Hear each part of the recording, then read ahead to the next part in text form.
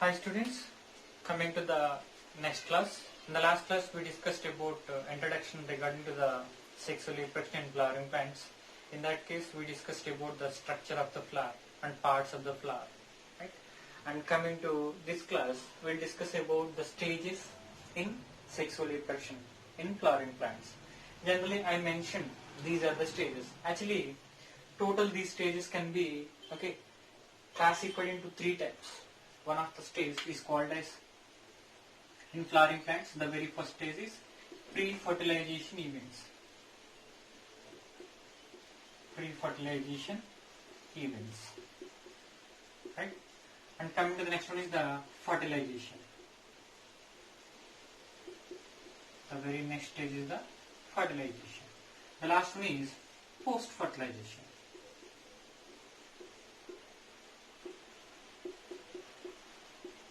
Post-fertilization. Right? These are the stages. These are the major stages which are seen in sexual reproduction, right, in flowering plants. Right? The very first one is the pre-fertilization events. See, pre-fertilization means before the fertilization, whatever that events that takes place, all these are included in the pre-fertilization events. Before the fertilization means before the fusion of male and female gametes, whatever that events that takes place, all these events are completely related to the pre-fertilization events. In that case, see, sporogenesis, gametogenesis, pollination. These three are related to the pre-fertilization events. So what is sporogenesis, what is gametogenesis, what is pollination, we will discuss. First of all, pre-fertilization events, right? The events takes place before the fertilization. In that, sporogenesis is there, gametogenesis is there, pollination is there. Right? So these three are called as pre-fertilization events. Coming to the next one is the fertilization.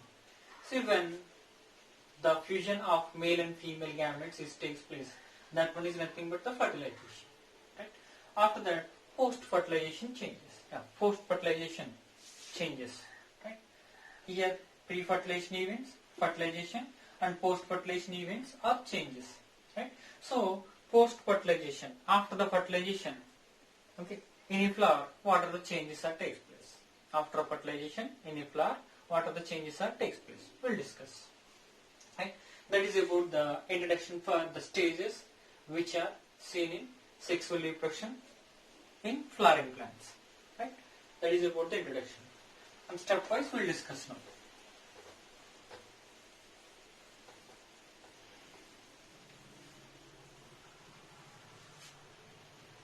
The very first stage is here, sporogenesis. Sporogenesis. See, sporogenesis is nothing but production of spores. Production of spores. Here's production. Here production of spores are nothing but production of microspores. Production of microspores and megaspores. Production of microspores and megaspores. How the production of microspores and megaspores will be takes place in a plant. We know about the male reproductive system. There is this is one of the anther structure. Within the anther, there is a microspore mother cells are there. Within the anther, there is a microspore mother cells are there. See, these microspore mother cells, which are undergoes meiosis. The microspore mother cells undergoes meiosis. The microspore mother cells undergoes meiosis. Then these microspore mother cells produces the pollen grains. The microspore mother cells produces the pollen grains. So within the flower there is a stamens are there. Within the stamens there is an anther is there. Right? This is the anther structure. The anther contains the microspore mother cells which are undergoes meiosis process. Meiosis is one type of cell division. In this process, reduction of chromosome number will be takes place. Reduction of chromosome number will be takes place. For suppose in our body cells, one of the best example human beings, the body cells, 46 chromosomes are there. That is nothing but 23 pairs, right? Within that, male gametes and female gametes. Within that, male and female gametes, here 23, in male gametes 23 and female gametes 23. Generally, the body cells contains the 46. So, how the chromosome number is reduced? The chromosome number reduction done by the meiosis. Chromosome number reduction done by the meiosis. In the same manner, microspore mother cells, which are undergoes meiosis, produces the polymorphs. So the polymorph contains the half of the chromosome number. The polymorph contains the half of the chromosome number, right? Then, this is one of the polymorph. Right? So, okay, yeah. Next one we'll discuss in gametogenesis. Okay, that is about the polymorph production. Then, megaspore production. Megaspore production is nothing but within that plants, there is a female reproductive system is there. Female reproductive system is there. That is nothing but gynoecium. The gynoecium contains the ovules. The ovules contains the female gametophyte. See, this is one of the egg cell, right? And these are the synergid cells. This is the polar nuclei, right? These are the antipodal cells. Right? So here this is nothing but female gametophyte. The female gametophyte producing from the megaspore mother cells. The female gametophyte producing from the megaspore mother cells. The megaspore mother cells undergoes meiosis. The megaspore mother cells undergoes meiosis. The megaspore mother cell undergoes meiosis. Produces the female gametophyte. Right? So that is about the microspore production and the megaspore production. Microspore production and the megaspore production. See, in megaspore there is an egg cell. This is the egg cell. This is nothing but one of the female gametophyte. This is the total structure is female gametophyte. Within the female gametophyte, egg cell is present. Then within that pollen grain, this is the pollen grain structure. This is the outermost structure is called as exine. The inner soft line is called as intine. Okay, this is the soft line. This is called as intine. The outermost structure, this is called as exine. This structure is called as exine, right? And there is a single nucleus is there. The single nucleus undergoes mitosis. Produces the male gametes. So here gametes production, male gametes production and the female gamete production. Male gamete production and the female gamete production. The step is called as gametogenesis. So here microspore production, megaspore production. That is nothing but pollen grain production, ovule production. Pollen grain production and the ovule production. So the production is called as sporogenesis. The production is called as sporogenesis. Okay, pollen grain production is called as microsporogenesis. Ovule production is called as megasporogenesis. After that, okay, sporogenesis process. Next one is gametogenesis. Male gamete production and the female gamete production. Male gamete production and the female gamete production. The step is called as gametogenesis. Right? That is about the sporogenesis and the gametogenesis. The next one is the pollination.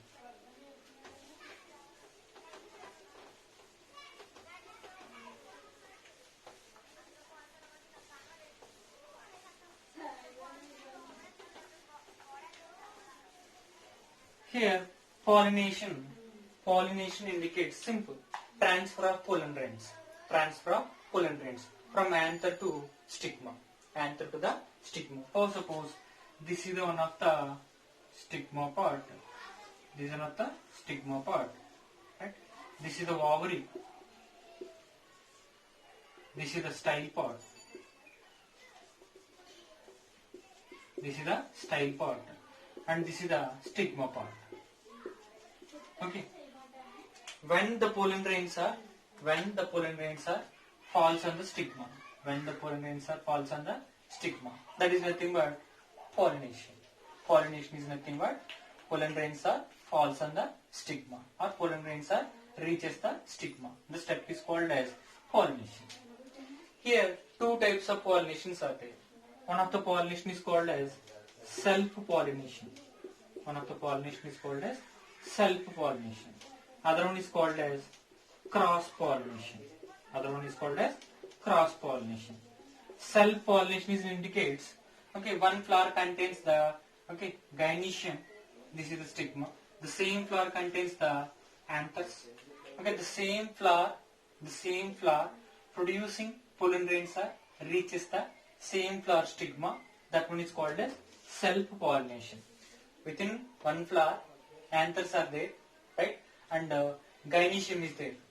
Now stigma part is there, right? See, one flower producing pollen grains reaches the same flower stigma. That one is called as self-pollination. In certain cases, one flower producing pollen grains. This is another flower.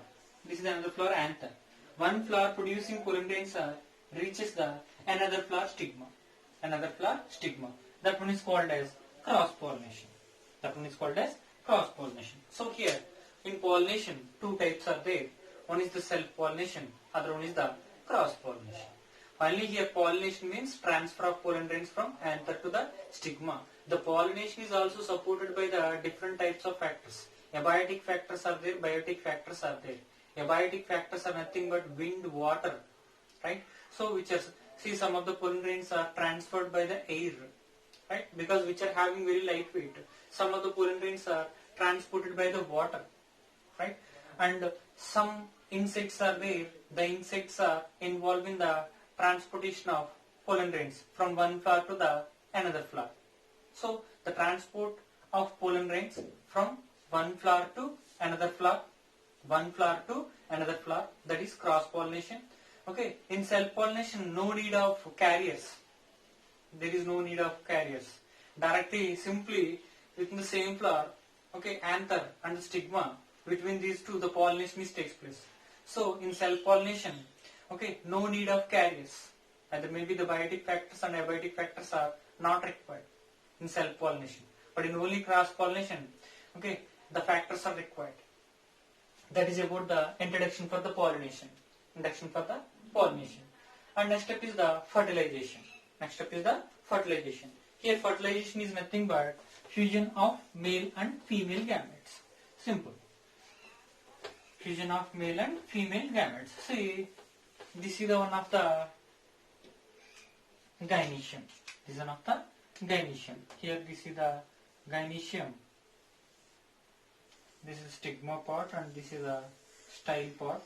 This is the style part, right? If the pollen grains are falls on the stigma, if the pollen grains are falls on the stigma, right? The pollen tube formed here. This is one of the pollen tube structure. That pollen tube involved in the transportation of the male gametes. Especially this is the pollen tube. And this is the ovary part. This is the ovary part. Within the ovary, there is an, okay, egg cell is there, synergid cells are there. So this is the pollen tube structure. This is the pollen tube structure. The pollen tube contains the male gametes. The pollen tube contains the male gametes. So the fusion of male and female gametes. The fusion of male and female gametes. Okay, that is nothing but fertilization. That is nothing but the fertilization, right? So that is about the fourth step in sexual reproduction, right? That is about the fertilization. The last one is the forced fertilization changes. The last one is forced fertilization changes. In forced fertilization changes, simple. Whatever that the sepals are there, the sepals are fall off, the petals are fall off, right? The ovary developed into the fruit, the ovules are developed into the seeds. Simple. In a flower, okay, sepals are there, the sepals are fall off or wither off, the sepals are fall off or wither off, and petals are there, the petals are fall off or wither off, right? Next one, anthers are wither off after the fertilization, right? Anthers are wither off. Whatever that ovary is there, the ovary modified into fruit. The ovary modified into fruit. The ovules are modified into seeds. The ovules are modified into seeds, right? The stigma fall off or wither off. The style part fall off or wither off. So during forced fertilization stage, see, these are the changes that takes place. Along with these changes, right? See, we have to remember, see, after the fusion of male and female gametes, zygote production takes place. The zygote is developed into embryo. Right? So the embryo development also takes place. The embryo development also related to the forced fertilization changes. Right? So that is about, these are the major stages which are seen in sexual reproduction of flowering plants. Right? See, sporogenesis, production of microspores and megaspores, right? Pollen grains and ovules. Next one, gametogenesis, production of male gametes and the female gametes. Next one is the pollination. Pollination is nothing but transfer of pollen grains from anther to stigma, maybe the same flower or different flower. Fertilization, fusion of male and female gametes. Post fertilization changes. Okay, unwanted parts, here the sepals, petals, all these are fall off. Anthers also fall off. Right? Stigma, style pod also fall off. Ovary developed into fruit. Ovules are developed into seeds. Right? That is about the introduction regarding to the stages which are seen in sexual reproduction of flowering plants.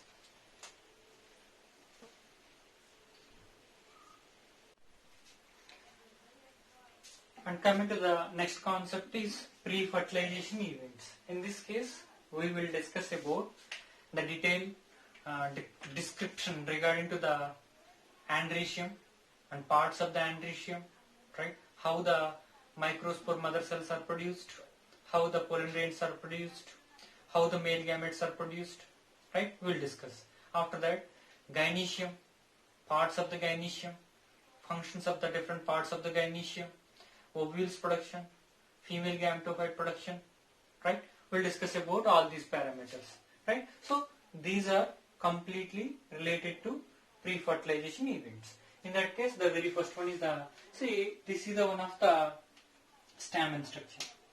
This is one of the stamen structure. Within the stamen, majorly two parts are there. One of the long structure is there. The long structure is called as filament. And there is a swollen part is there. This is the swollen part. The swollen part is called as anther. So the anther part is very important because inside the anther there is a microspore mother cells are present.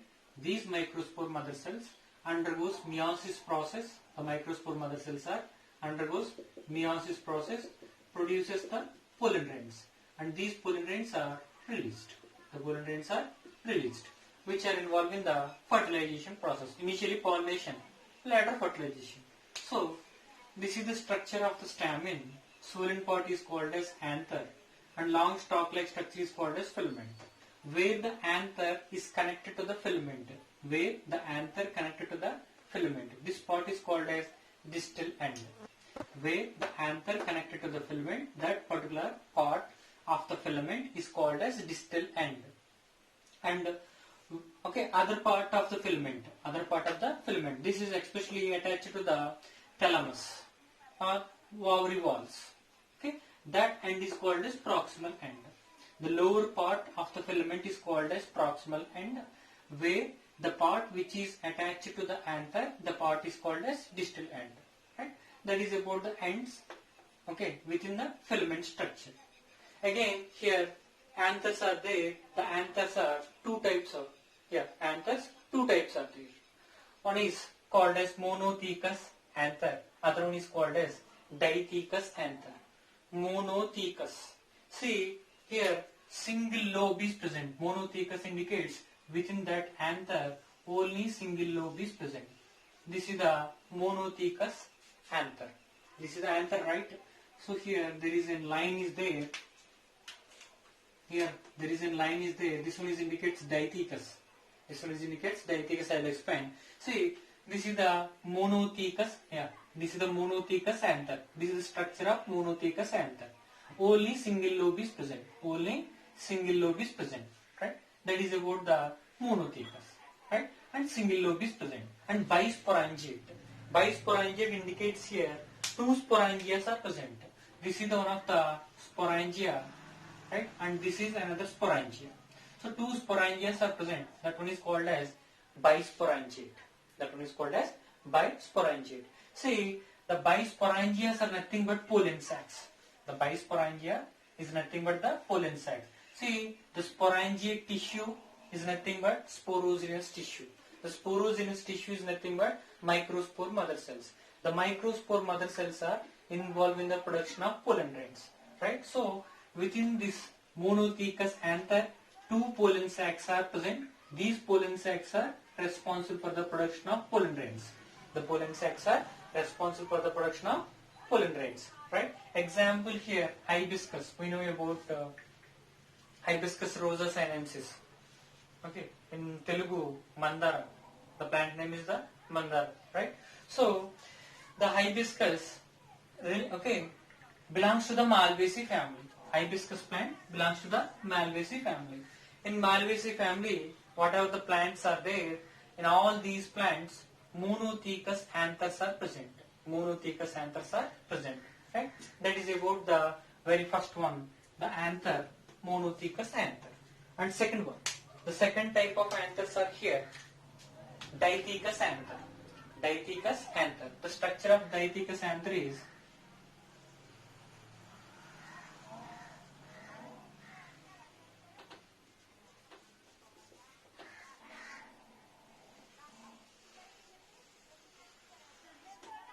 this is the dithecous anther. This is the dithecous anther. Here only one lobe is there. This is one lobe and this is another lobe. Here two lobes are present. Here number of lobes are 2. Here number of lobes are 1. Right? So here two lobes are present. Tetrasporangiate.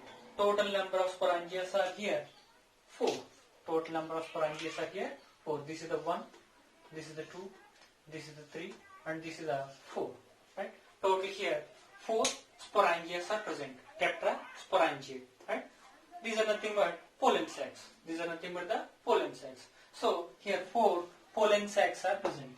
Within the dithecous anther, 4 sporangias are present. These are also called pollen sacs. 1, 2, 3, 4. Totally 4 pollen sacs are present. Right? And these 4 pollen sacs are contains the microspore mother cells which are involved in the production of pollen grains. Right? See the difference between monothecous anther and the dithecous anther. Here only one lobe is present. Here two lobes are present. Here two pollen sacs are present. Here 4 pollen sacs are present. Right? And here example is the datura. We know about datura metal. Right? See the common name in Telugu, ummetta. The plant name is the ummetta. Right? Datura. And capsilla. Okay. The capsilla plant given in NCRT. Then we have to follow here capsilla.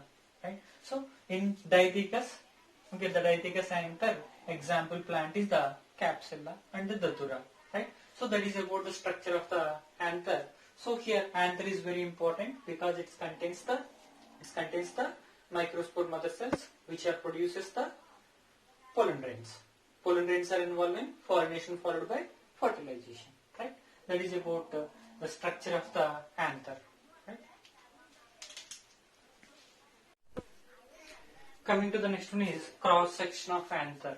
If we collect one anther, right? If we cut the anther structure, right? The cutted anther part, if we observe under the microscope, different layers are we can observe, right? So we are discussing about here layers of the anther structure.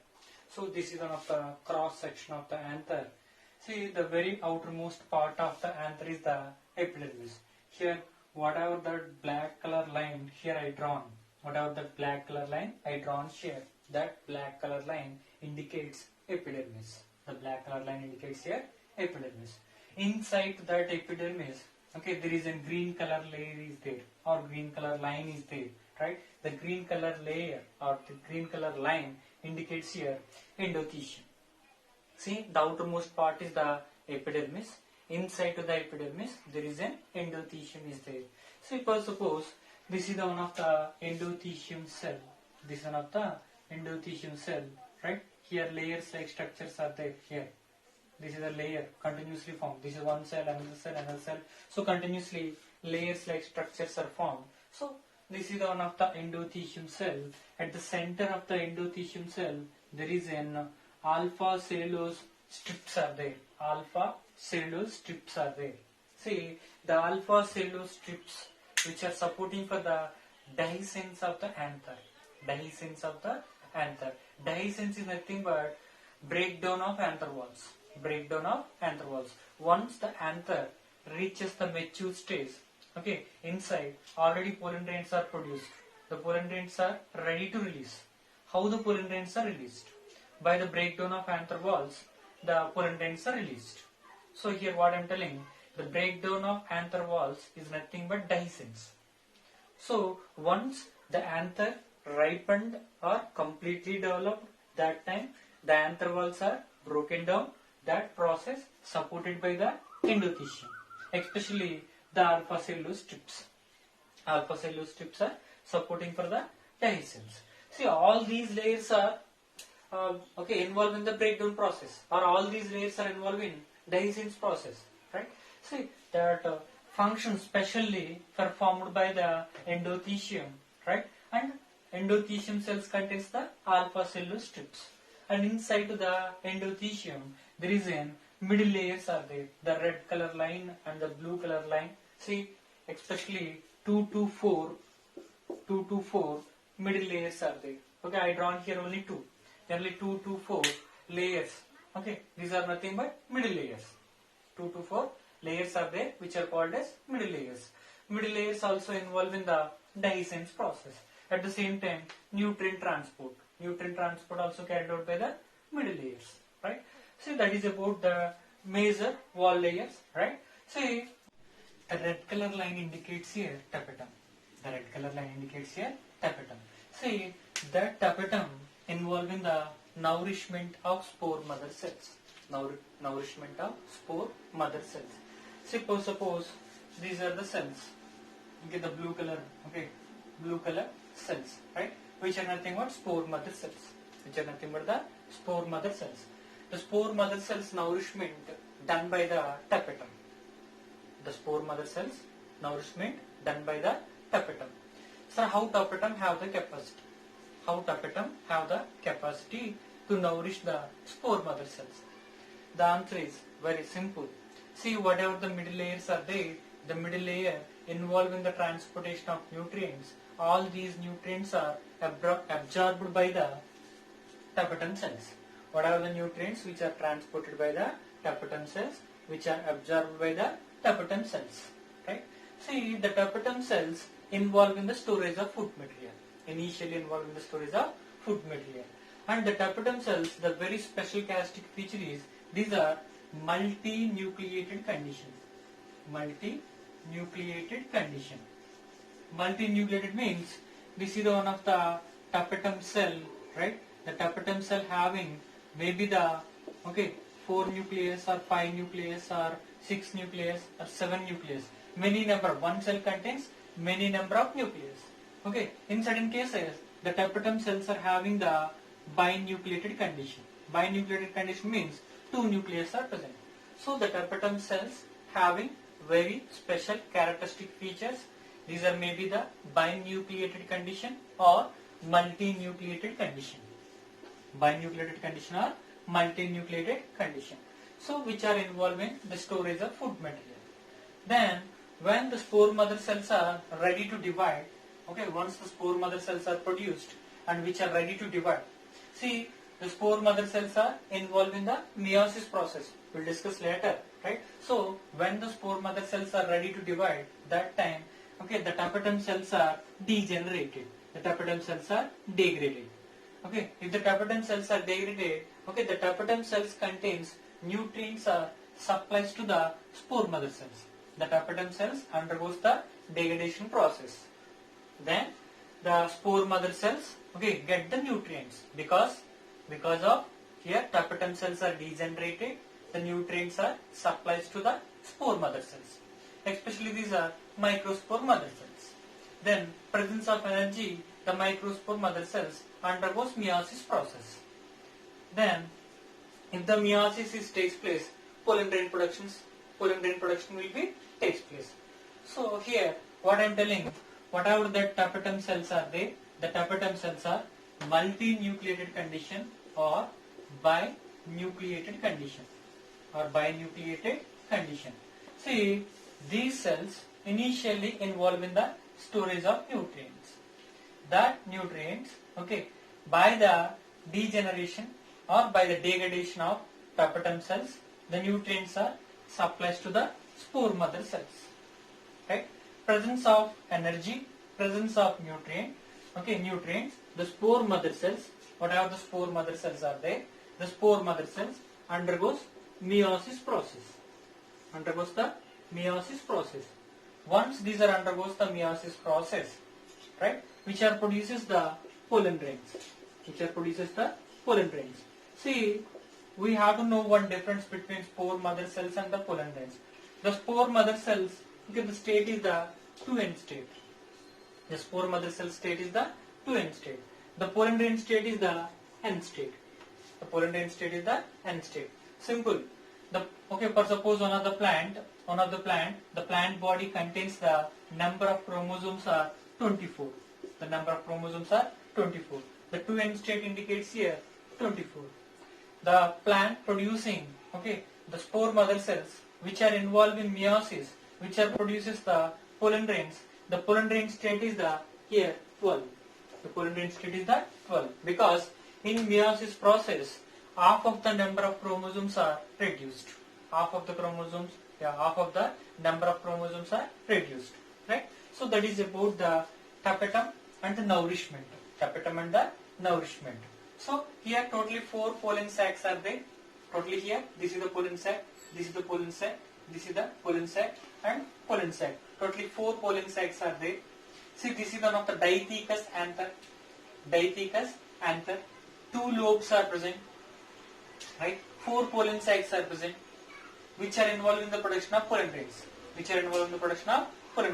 Right? So that is about the major parts of the anther. Right? And whatever that center part of the anther is there, this one is especially having the connective tissue. The center part is there, majorly having the connective tissues. Right? These tissues which connects all the pollen sacs. So the connective tissue especially involved in the transportation, right?